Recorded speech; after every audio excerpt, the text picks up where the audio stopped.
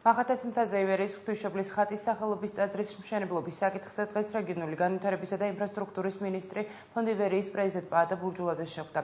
შეხვედრის მიზანი ტაძრის მშენებლობის შესახებ უწყებისთვის ინფორმაციის გაცნობა და მშენებლობაში სამინისტროს წარმომადგენლების ჩართვა იყო.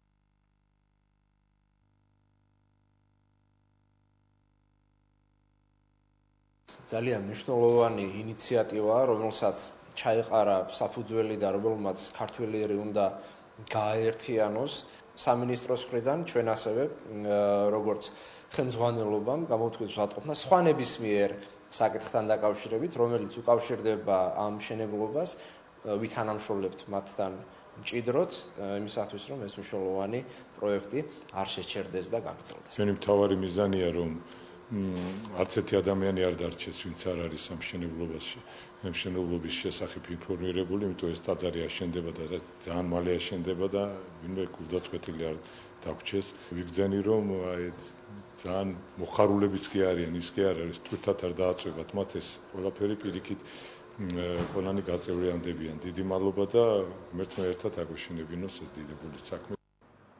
ამ დროისთვის სულ ეს იყო საინფორმაციო გამოშვება პირდაპირ ეთერში ზუსტად 7 საათზე დაბრუნდება. გმადლობთ ყურადღებისთვის დროებით.